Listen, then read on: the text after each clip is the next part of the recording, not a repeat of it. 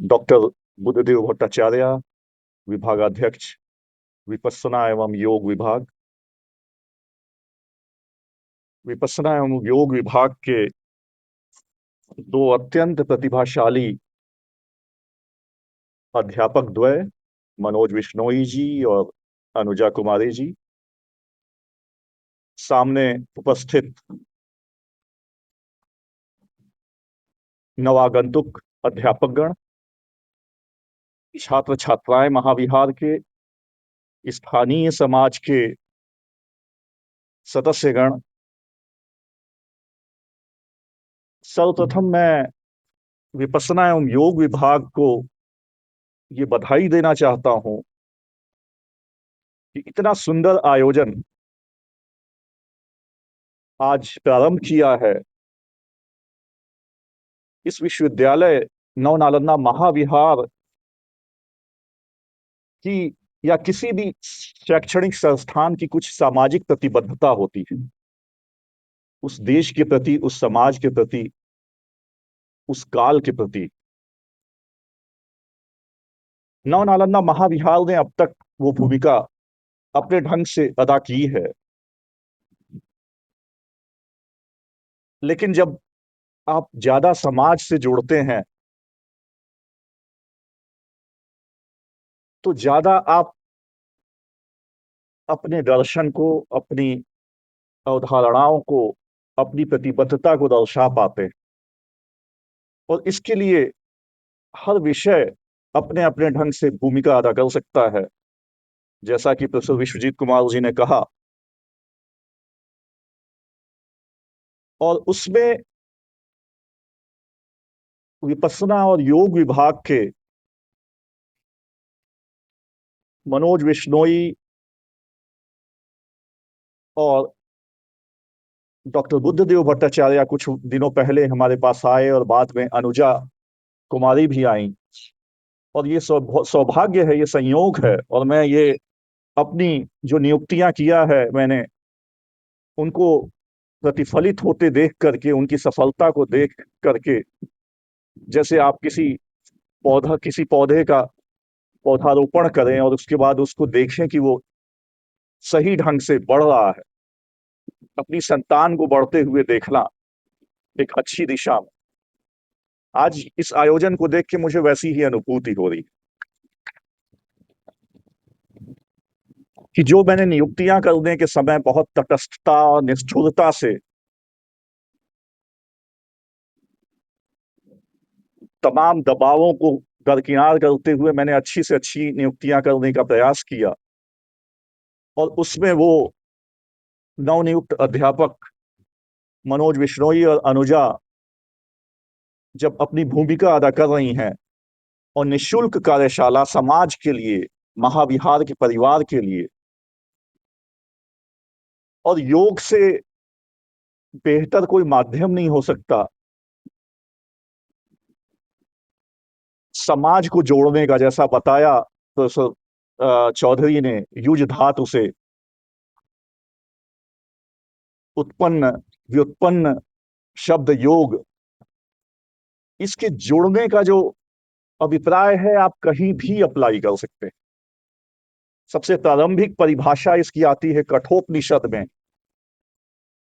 ताम योगम इति मन्यन्ते स्थिराम इंद्रिय धारणाम। कहा जाता है कठोपनिषद में सबसे पहली बार योग शब्द आया कि दृढ़ता से इंद्रियों को स्थिर करने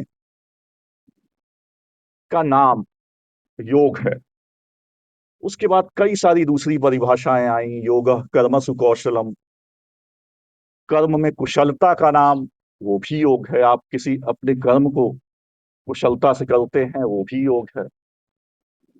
योग चित्त वृत्ति निरोधा भी आया। लेकिन सारी बातें ये कहती हैं कि शरीर और मन का जो अंतर संबंध है, और जितनी आधुनिक साइंस में जितने भी रिसर्च हो रहे हैं, सबके अंदर सब एक ही बात की स्थापना कर रहे हैं कि यदि मन अस्वस्थ है तो शरीर अस्वस्थ होना ही है। इसलिए शरीर और मन का, यहां तक कि दवाएं भी, जितने आप national institute of health America की रिसर्चेस पढ़िए, एनसीबीआई के रिसर्च पढ़िए, जो दुनिया के सबसे प्रतिष्ठित रिसर्च हैं जर्नल्स के, जो मुश्किल से 2 पैराग्राफ में रिसर्च करते हैं, लेकिन पूरी दुनिया में, क्योंकि वो 2 पैराग्राफ जो लिखते हैं वो उनके 25-25 सालों की अंतिम की थीसिस होती है। यहां तक कि कैंसर के पेशेंट में आ रहा है कि कीमोथेरेपी भी ज्यादा प्रभावी तभी हो रही है यदि आप मन से स्वस्थ। तो जो 8 अंग अष्टांग योग बताए गए, यम नियम, आसन, प्राणायाम, प्रत्याहार, धारणा, ध्यान, समाधि, ये इतना संपूर्ण रूप है स्वस्थ रखने का। इसमें सामाजिक दर्शन, सामाजिक नैतिकता भी है यम के रूप में। फिर व्यक्तिगत रूप से आपको कैसा आचरण करना चाहिए वो भी है नियम के रूप में। प्रत्याहार भी है कि कैसे आप बाहर के डिस्ट्रैक्शन से, क्योंकि आज हम मोबाइल के युग में हैं और सबसे बड़ी चुनौती हम सब लोगों के सामने है डिस्ट्रैक्शन। थोड़ी देर भी हमारा चित्त स्थिर नहीं रह पा रहा। नए नए रोग पैदा हो रहे हैं, नोमोफोबिया टाइप के, कि नो मोबाइल फोबिया, कि आपका यदि मोबाइल छूट गया है कहीं तो आप बेचैन हो जा रहे हैं। ऐसी कई सारी साइकोसोमैटिक नए डिसऑर्डर पैदा हो रहे हैं जो मोबाइल और टेक्नोलॉजी से पैदा हुए। ऐसे में योग या उसका बौद्ध रूप विपස්සना ऐसा वरदान है जो भारतीय संस्कृति ने पूरे विश्व को दिया,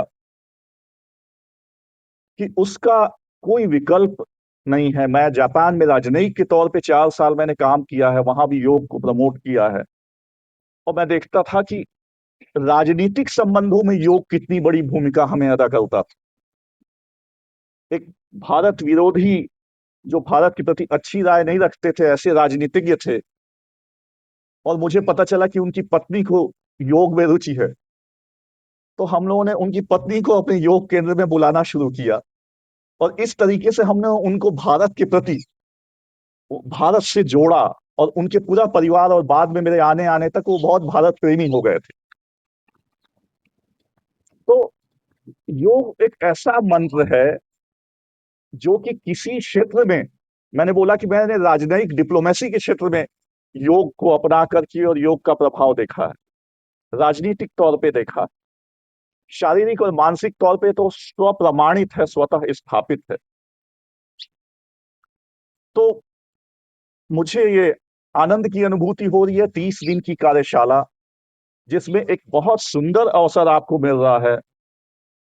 प्रशासनिक कामों में व्यस्त रहने के कारण मुझे ये सौभाग्य नहीं मिल पाएगा जो आप लोगों को मिल पा रहा है, कि 30 दिन, और उसमें आपके पास ऐसे अध्यापक हैं जो दोनों सिर्फ योग ही नहीं जानते, इनको योग काउंसलिंग का भी अनुभव है। ये आयुर्वेद भी बहुत अच्छा जानते हैं। अनुजा आयुर्वेद में पीएचडी कर रही हैं। काशी हिंदू विश्वविद्यालय, जो भारत का सबसे महान आयुर्वेद का के विश्वविद्यालयों में से एक है, फैकल्टीज में से, उसमें पीएचडी कर रही हैं। मनोज विश्वनोई जी की प्रतिभा आप देख ही रहे हैं, अच्छे वक्ता भी हैं, क्योंकि ये भी बहुत आवश्यक है, आपके पास ज्ञान हो और उसे आप कम्युनिकेट कर पाए, लोगों से संवाद कर पाए। तो मनोज विश्वनोई की प्रतिभा दिखाई पड़ रही है, अनुजा की प्रतिभा आपके सामने है, डॉक्टर बुद्धदेव भट्टाचार्य उसके विभागाध्यक्ष हैं। तो ये एक सौभाग्य है। मैं आग्रह करूंगा आप लोगों से, और आप अपने समाज में अपने, और क्योंकि हम रजिस्ट्रेशन अभी आगे भी खुला रखेंगे 1-2-3 दिनों तक, तो और भी आज के अनुभव के बाद आपको अपने साथियों में, परिवार में लगता है कि उन्हें भी शामिल होना चाहिए, तो उन्हें भी उत्साहित कीजिए, क्योंकि बस ये योग का मतलब ही है अपनी अंदर की बेड़ियों को, योग आपके अंदर की मानसिक बेड़ियों को भी तोड़ता है। जब जोड़ने की बात आती है तो उसके बहुत सारे आयाम, जैसे मनोज ने बोला, उसके बहुत सारे आयाम होते हैं। उसमें एक ये भी है, जिसे बौद्ध दर्शन में बोलते हैं कि चतुष्कोटि विनिर्मुक्त। आचार्य नागार्जुन ने वो शब्द इस्तेमाल किया था कि जब बुद्धि की बेड़ियां, जिससे आगे चल के पश्चिम में बहुत सारे दर्शन पैदा हुए। यदि इंग्लिश के लोग हों यहाँ पे, डीकंस्ट्रक्शनिज्म, डीकंस्ट्रक्शन की फिलॉसफी जॉक डेरिडा ने दी, आचार्य नागार्जुन से प्रभावित होकर के, विखंडनवाद का दर्शन, और सब कुछ आचार्य नागार्जुन हो, बौद्ध दर्शन हो, योग हो, ये आपको मुक्त करने के लिए है। वो मुक्ति आप चाहे जीवात्मा और ब्रह्म के योग के तौर पे देखें, मिलन के तौर पे देखें, क्योंकि वो भी कोई अलग नहीं है। जब प्रोफेसर विनोद कुमार चौधरी जी ने ये बात कही तो कोई उसमें विरोधाभास नहीं था। वो कहना यही चाह रहे थे कि वास्तव में हर व्यक्ति के अंदर ब्रह्म विद्यमान है, वो कोई बाहर नहीं है। परमात्मा का मतलब प्रायः हम लोग सेमेटिक रिलीजन या अब्राहमिक रिलीजन की तरह, इस्लाम या यहूदी धर्म या क्रिश्चियनिज्म की तरह ईश्वर को कहीं दूर समझ लेते हैं, और फिर उससे जोड़ने के अर्थ में जब लेने लगते हैं तब गड़बड़ होती है। ब्रह्म भी आपके अंदर ही है। आत्म साक्षात्कार की बात जब बुद्ध भी बोल रहे हैं तो दूसरे शब्दों में वही कह रहे हैं कि अपने आप को जानना सबसे बड़ी चुनौती, सबसे बड़ा दर्शन जो है वो आत्म साक्षात्कार है। ये 30 दिन का जो अनुभव है, मुझे विश्वास है कि उस दिशा में आपको कई कदम और आगे ले जाएगा। आप और गहराई से आत्मचिंतन कर सकेंगे, ज्यादा शारीरिक तौर पे और मानसिक तौर पे स्वस्थ हो सकेंगे, और आप नव नालंदा महाविहार के सांस्कृतिक दूत होंगे आगे चल के, जो कि इस संदेश को, जो इस विश्वविद्यालय ने शुरू किया है, मनोज विश्नोई, अनुजा कुमारी और उनके गार्जियन डॉक्टर बुद्धदेव भट्टाचार्य के उसमें के निर्देशन में, और सांस्कृतिक दूत के तौर पे आप इसको और प्रचारित करें, जिससे कि आगे के आयोजन हम और बड़े कर सकें, और बृहद स्तर पे कर सकें।